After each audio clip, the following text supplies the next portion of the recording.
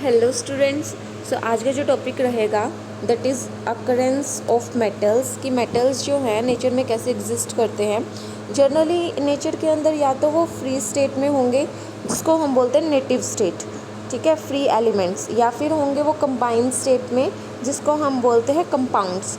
जो least reactive metals हैं जैसे कि हमारा gold, platinum, silver, copper, generally ये क्या होते हैं, जो एक्टिविटी सीरीज़ होती है उसके बिल्कुल बॉटम में लाई करते हैं। आपने एक्टिविटी सीरीज़ देखी होगी, उसके बिल्कुल बॉटम में रहते हैं ये। तो ये जो है फ्री स्टेट में पाए जाते हैं। और जबकि कुछ हाईली रिएक्टिव मेटल्स हैं जैसे कि सोडियम है, पोटेशियम है, कैल्शियम, मैग्नीशियम, एल्युमिनियम है, ये एक्टिविटी सीरीज जो होती है बिल्कुल उसके टॉप में होते हैं, ठीक है। तो ये तो कभी भी जो है फ्री स्टेट में नहीं पाए जाते, ये या तो कंबाइंड स्टेट में होंगे या फिर ऑक्साइड। कंबाइंड स्टेट कैसे हो सकती है, जैसे कि ऑक्साइड में हो सकते हैं, ये सल्फाइड में हो सकते हैं, या फिर कार्बोनेट्स के अंदर हो सकते हैं। जो बीच के बचे हुए हैं मिडिल एक्टिविटी सीरीज़ है जैसे कि जिंक, आयरन, लेड, ये जनरली कहाँ पे कंबाइंड स्टेट में मिलते हैं। और सिल्वर और कॉपर जो है वो हाइड्रोजन के बिल्कुल बिलो होते हैं, टॉप ऑफ द मेटल्स है, बिल्कुल हाइड्रोजन के बिल्कुल नीचे हैं। तो ये फ्री स्टेट में भी हो सकते हैं और साथ के साथ ये हमारे कंबाइंड स्टेट में भी हो सकते हैं, ठीक है।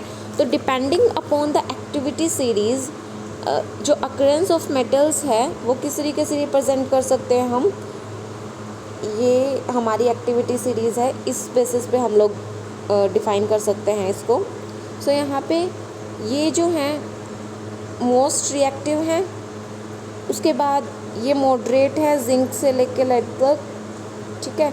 उसके बाद कॉपर और सिल्वर है, ये बिल्कुल जस्ट हाइड्रोजन के बिलो होते हैं, ये दोनों कंबाइंड स्टेट में भी मिल सकते हैं।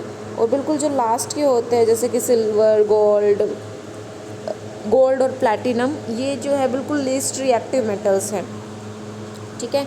और अगर सोर्सेज की बात करूं, जो मेजर सोर्सेज हैं हमारे इसके, या तो वो फ्री स्टेट में हो या कंबाइंड स्टेट में हो, वो हमारी अर्थ क्रस्ट जो होती है वहाँ पे मिलते हैं, हमारी अर्थ की जो लेयर है उधर, ठीक है। जैसे कि कुछ मेटल्स है सोडियम और पोटेशियम, ये हैं। सो सोडियम और पोटेशियम ये सोल्यूबल सॉल्ट्स होते हैं जैसे कि NaCl है, ठीक है, या फिर MgCl2 है। ये कहाँ पे मिलते हैं, सी वाटर के अंदर मिलते हैं एज अ सोल्यूबल सॉल्ट्स। जो मोस्ट अबंडेंट अर्थ क्रस्ट पे है, तो मैं उसका अगर बताऊँ आपको एक्टिविटी सीरीज़ के थ्रू, तो वो है एल्युमिनियम। एल्युमिनियम जो है 7% है। उसके बाद है आयरन 4%। उसके बाद कैल्शियम है 3%। सोडियम है 2.7% और पोटेशियम है 2.5%। 2.5% है। उसके बाद है मैग्नीशियम है 2%। टाइटेनियम है 0.6%।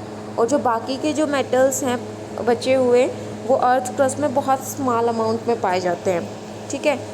उसके बाद मिनरल्स और ऑर्स की अगर मैं बात करूं, तो एलिमेंट्री स्टेट जो होती है या फिर कंपाउंड की फॉर्म में हो, उसको हम बोलते हैं, जो नेचर में पाई जाती है उसको हम बोलते हैं मिनरल्स, ठीक है। जब उनको माइन किया गया, अर्थ क्रस्ट से निकाला गया, तो वो हमेशा कॉम्बिनेशन में होते हैं, ठीक है। उसके साथ साथ मिट्टी, रॉकी इम्प्योरिटीज़, पत्थर वगैरह मिलते हैं, जो जैसे अर्थी, सैंडी और रॉकी जो इम्प्योरिटीज़ हैं मिनरल्स में, वो जो उनके साथ आती है उनको हम बोलते हैं गैंग। ये इनको बोलते हैं गैंग, ठीक है, या फिर इसको मैट्रिक्स भी बोलते हैं हम।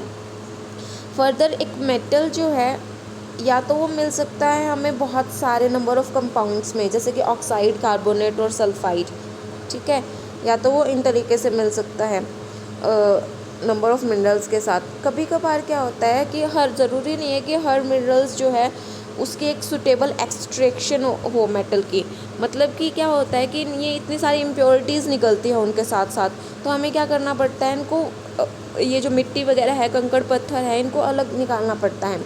जैसे कि मैं एग्ज़ाम्पल लूँ, जो लो कंसंट्रेशन है मेटल की या उसके अंदर क्या होते हैं, इम्प्योरिटीज़ होती हैं, ठीक है, उनको निकालना थोड़ा सा डिफ़िकल्ट होता है, ठीक है। तो एक्सट्रैक्शन है मिनरल्स की, वो इकोनॉमिक नहीं होती है। इकोनॉमिक का मतलब क्या है कि मैंने जो है बहुत मेहनत करके उस मेटल को निकाला, ठीक है, लेकिन मेरा खर्चा इतना ज़्यादा हो गया कि मैं अगर उस मेटल को बेच के जानना चाहूँ तो मैं जो है मेरा नुकसान ही ज़्यादा है, ठीक है।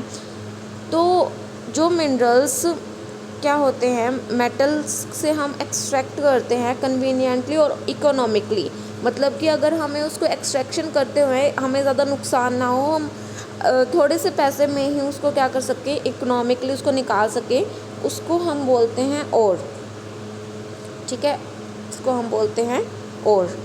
तो ऑल ओर्स क्या होते हैं, मिनरल्स होते हैं, लेकिन सारे मिनरल्स ओर नहीं होते, ठीक है।